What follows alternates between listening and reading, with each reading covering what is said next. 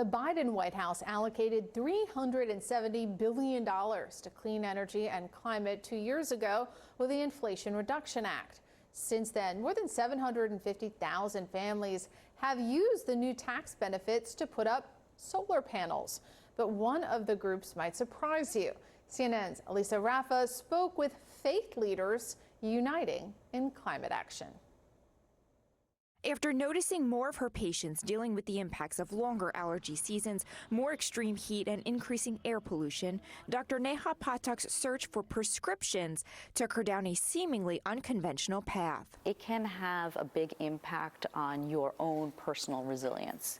So I really looked to my faith tradition to help bolster that resilience for me. Through that search, this physician and practicing Hindu found herself serving as a board member for Georgia Interfaith Power and Light.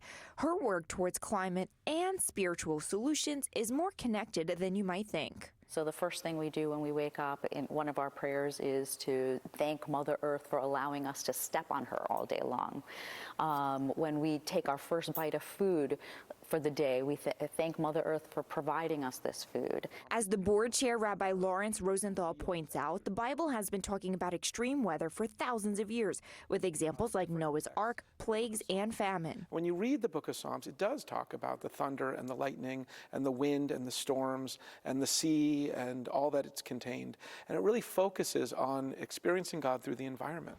So while solar panels on the roof of this church may seem like an unlikely intersection between climate, religion, and politics, it's actually shining. What are the benefits to a congregation getting solar panels? Well, you take yourself off the grid, so we're not continuing to burn coal. The other piece of it is to, in the long term, to lower some of the electrical costs that we have. The Inflation Reduction Act is the most significant climate legislation Congress has ever passed, making religious institutions eligible for direct pay rebates for the first time. 117 panels generate 440 watts of energy, offsetting 26% of the electricity at this church's campus. That's something that's becoming more common thanks to recent funding from the Inflation Reduction Act. Solar is the fastest growing renewable energy source, up nearly 8-fold in the last decade. One forecast shows the Inflation Reduction Act will lead to a 48% boost in solar deployment in the next 10 years. In the 2 years since the new rebates, Georgia Interfaith Power and Light says it has seen a 50% increase in faith communities enrolling in their SolarWise program. When it comes to the climate crisis, these faith leaders agree the calling is clear. We have the science, we understand why this is happening, and now this faith piece is the reverence for the world around us, the moral call to do the work that aligns with the science. Why are you as a rabbi so passionate about these environmental issues?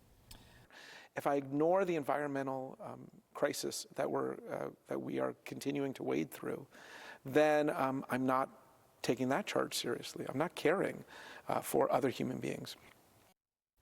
The crossroads here between climate, religion, and politics just working so well. And historically, we don't really find that that's the case, like for topics like evolution and abortion, where that gets a little bit more complicated. Now, the White House has noticed that these religious organizations are really taking on the charge of climate action. John Podesta, senior advisor to Biden on this topic, telling CNN last week that these groups have been active voices in the climate debate. They're on the front lines of dealing with the effects of extreme weather because they are the ones that are in the disadvantaged communities. And again, it's not just one religion. We're seeing multiple religions come together and show us that we are much more similar than we might think. Paula. Elisa Raffa, thank you.